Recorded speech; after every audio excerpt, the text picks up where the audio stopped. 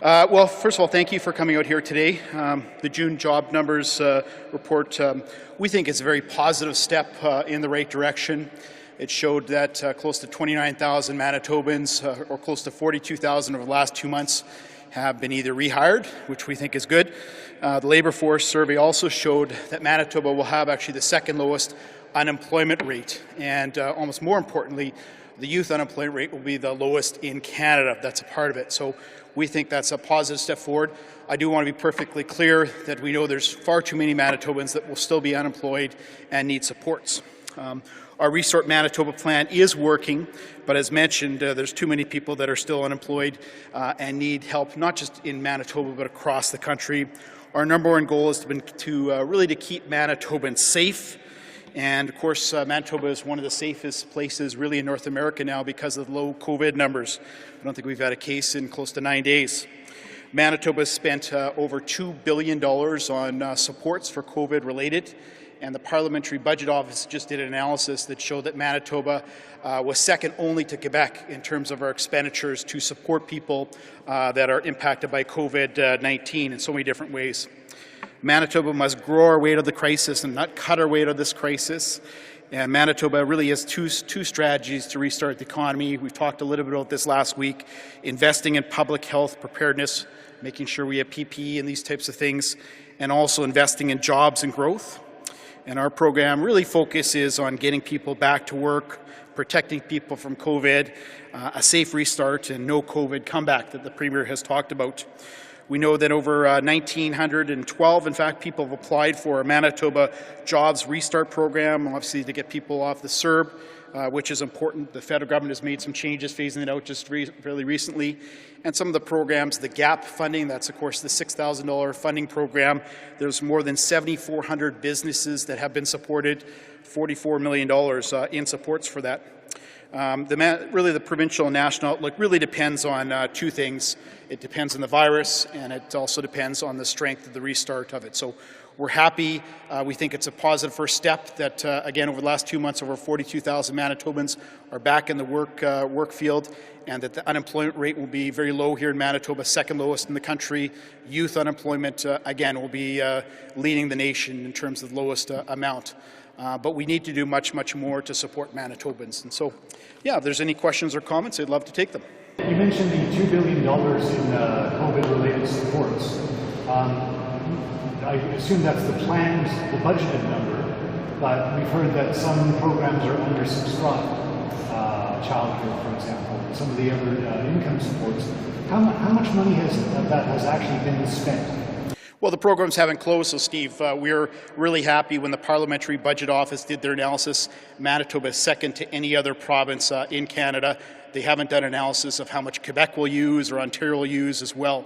But I'm not going to apologize for having appropriated a large amount of money to support Manitobans. This is a historical thing that we've gone through, and to make sure that Manitobans have $2.1 billion of supports, I think is really important. We've also, as a government, showed an ability to have some flexibility in terms of those fundings that's there to reappropriate some money to other areas as needed. And so, again, the Parliamentary Budget Office did the analysis. It's not me as a politician. Third party is suggesting that we've invested more than any other province beyond Quebec. And if there's ability to move some of those dollars around, we'll absolutely want to do that to support Manitobans. We've heard that there's still issues with people getting childcare for the return to school in September. Will your government be announcing more programs to ensure the childcare spaces are there for when school returns? Well, we do want to make sure, I'm not the Minister of Families anymore, but Heather Stephenson would have a closer sense on the numbers with that. I understand through the process that there was a large amount of spaces that were available, especially for essential workers, but we do want to support people, and a part of the plan, of course, was childcare spaces that's there, and so Heather will be talking a little bit about that in the weeks and days to come.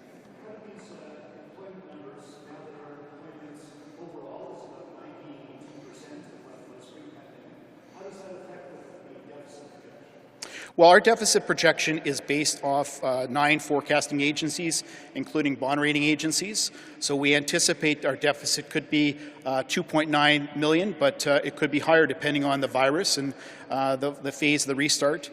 If you look at some of the bond rating agencies, which I think is a good bar metric, the Dominion Bond Rating Agency predicted that we'd have about a $2.5 billion deficit. So our 2.9 billion may be a little bit more cautious, but to be quite frank, as a government, we need to make sure that there's supports that are in place for individuals when they need it, and we also don't know if there'll be a second wave recovery. So our numbers may be a little bit cautious, but they're certainly within the ballpark of what the 9 forecasting agencies and the bond rating agencies have suggested what our deficit would be. Minister Fielding, when the Job Restart program was announced, the Premier couldn't say how many people in the province were unserved. We now know it's well over 200,000.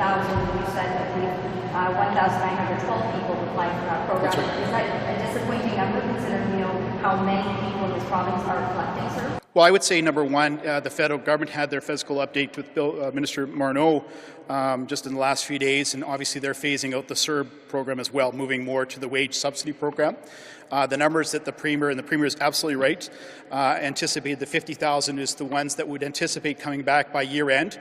We know in Manitoba we lost about 90,000 jobs, give or take, because of COVID. You normally would have about 30,000 that would be maybe unemployed before that for the 120,000. The other numbers above and beyond that are people may have lost hours or reduced hour work weeks. That's a part of it. We think that 1,900 people are supported with it. We also know that the Job Restart program, or the numbers that are here before today, 42,000 Manitobans have been rehired, which we think is a positive experience. But I can tell you by first-hand experience as well, I mean, there still is people that are concerned about going back, and so we think providing an incentive and the fact that 1,900 people have taken us up on that offer makes sense, and reinforced by what the federal government has done as they're phasing that program out and moving towards a wage subsidy. Does that answer your question? I think that's a lot of people. 1,900 people are being supported to get back in the work world. So I think that's a very good amount of people. If you look at some of the programs, over, again, 7,400 businesses have supported to our GAP program. That's 44 million people.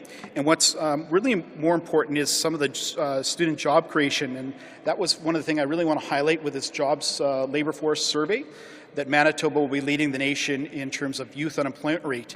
And so far, we have supported through student job creation close to almost 8,000, 7,976 positions through the Student Job Manitoba, things like the student wage subsidy which we announced, existing programs like the STEP program and urban and conservation and green teams. So close to 8,000 students. That's probably one of the reasons why we'll have the lowest youth unemployment rate in the country predicted by the Labour Force Survey.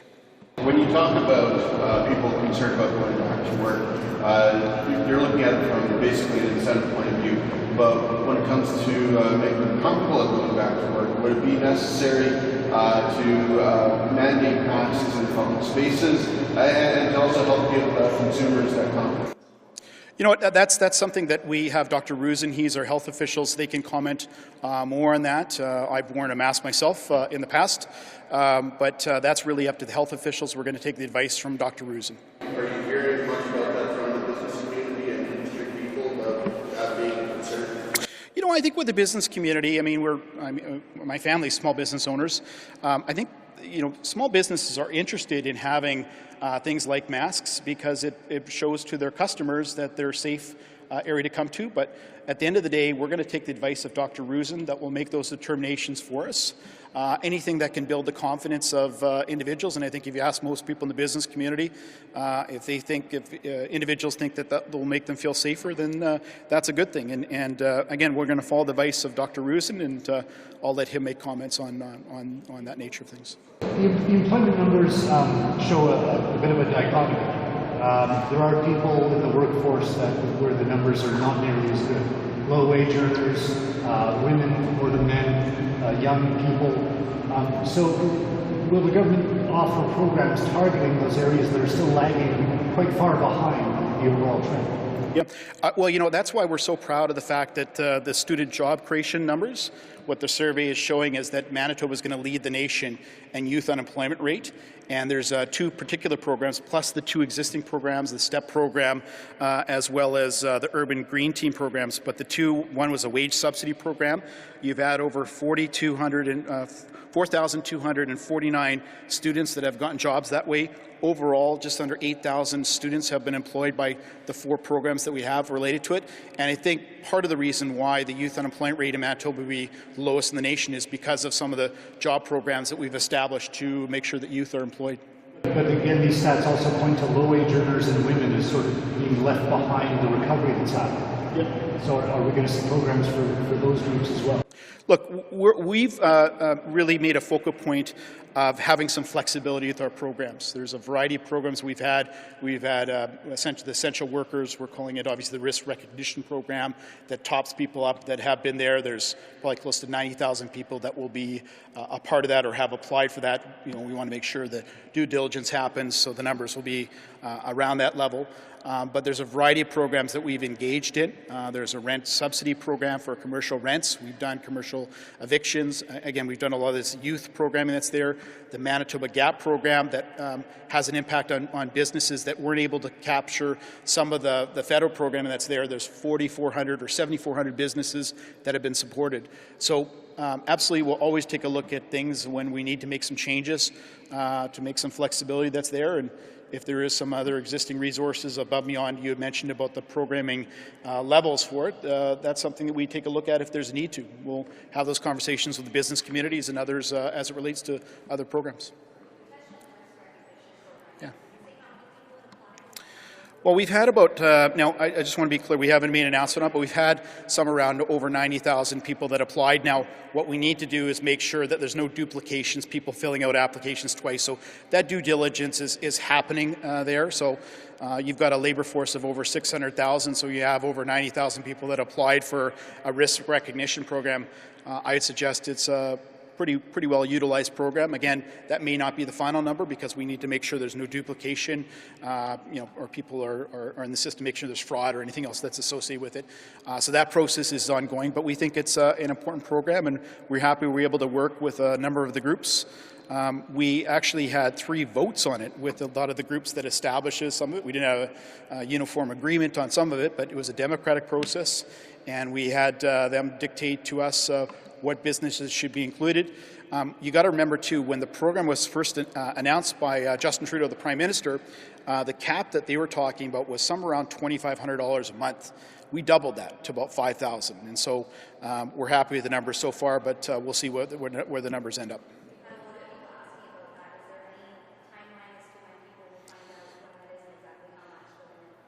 You know, we want to make sure we're doing it right. So that process is ongoing. It'll be in the near future. I can't give you the exact time frame for it, but we think it is important to make sure people are supported. And you've had a lot of people that have applied for these programs and others, and really that's why the Parliamentary Budget Office has suggested that Manitoba is the second amongst provinces in terms of support for COVID.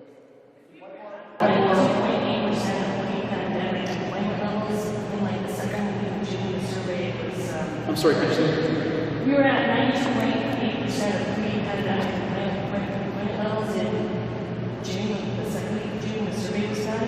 How does this square with the idea that people are collecting serve rather than going back to work? Well, I would say 2 things. Number one, we think it is a positive step that over the last 2 months you've gained about 42,000 Manitobans, those are people in jobs, are back working, which is really important. We were one of the last provinces to go into a shutdown and one of the first to come out. And more importantly than anything else, we've got some of the lowest numbers, so people feel safe. But for the most part, we lost about 90,000 jobs during the COVID, I guess I'll call period or shutdown that's there. You've got about 42,000 to have come back online. You initially would have about around 30,000 people that would be unemployed that's there. I want to be perfectly clear, though. That's not an acceptable number to us until we have the type of employment that we were prior to COVID. Again, these are positive steps, but we want to make sure that there's supports and services to make sure people aren't there. The unemployment rate that they're recommending or suggesting in the labour force is saying we'll have the lowest youth unemployment rate and the second lowest unemployment rate for individuals. So it's a positive step, but there's way too many people still unemployed here because of COVID. How many people applied for CERB in this province? Considering the numbers, have too many people been applying for CERB in this province? More than needed? Did too many people apply for it? Look, I think all governments have done a decent job with getting programs out and quickly. The one thing that we've been proud of is that we've been able to get the dollars in people's pockets really quickly. So the GAP program, for instance, once you got applied and accepted, you got the money in your bank account really after 2 days, 48 hours. The federal programs, I think for the most part, were good, but it has taken a long time for them to kick in. Any supports that are there for Manitobans is important. You had a number of people have been reported that have applied for CERB, but you've also had a lot of people that have come back into the workforce. So I'm not going to suggest that Manitobans didn't need it. Clearly, there's a shutdown for it, and we also think it's important to get a restart, right? Our programs, the Manitoba Restart program, we think is the Restart Manitoba plan is important to get people back in the workforce. Again, the shape and the nature of what the economy will look like is based off two things. If there's the virus, if there's a second wave, I guess, if you will, and how people uptake not just these programs, but get back confidence and into the workforce. So. Question on another topic, if possible. The province has had a relationship with Weekday in the past, has funded some educational initiatives, and I'm just wondering if the government's reconsidering or rethinking its relationship with Weekday in light of the recent controversy. I haven't had any discussions on that. Obviously, there's some controversy around that, and I believe the ethics is looking into that at the federal level. So I'll let that work happen. My experience with WeDay has been fabulous. I've been to a number of them with my children. I think they provide a great service for all youth. A lot of times you have not such a positive, there's other things that aren't positive in people's everyday life, and I think WE does provide that positive reinforcement for youth. So I don't have all the details from the federal level with it. The Minister of Education would really be the one that could answer whether we reevaluate it, but if you ask my opinion, I think that the WE has done, the WE Day experiences here have been fabulous, and if you ask most students here, they would agree. The side that the federal government and the Prime Minister is involved in, I can't really make any comments. I don't have any comments beyond what I've seen in the media, so I can't comment it from there, but my experience with it has been fabulous. I think it's wonderful. Just one more on the finance. As we progress here, are you guys anticipating any more injections of stimulus, any more capital, or are you guys kind of happy with what's up here and kind of like the economy kind of? You know what? I think we really want to evaluate things. What we've really taken some pride in is, we try to get programs right that make sense, where there's been some gaps, where there's need to be some more supports. So we're always going to take a look at if there's different needs that are out there. We'll evaluate it. We'll make an informed decision at that point. So I would absolutely not close the door to more supports that are in place, or if you're able to reappropriate dollars from here or there, it makes sense. But let's see where we're at in fall, and right now we think we're at the appropriate level. The Parliamentary Budget Office suggested that we're second amongst the country in terms of supports for COVID. So I would suggest we're doing pretty well, and seeing that the restart job numbers here over the last 2 months being 42,000, that's a positive start. But again, too many people unemployed here in Manitoba, like across the nation.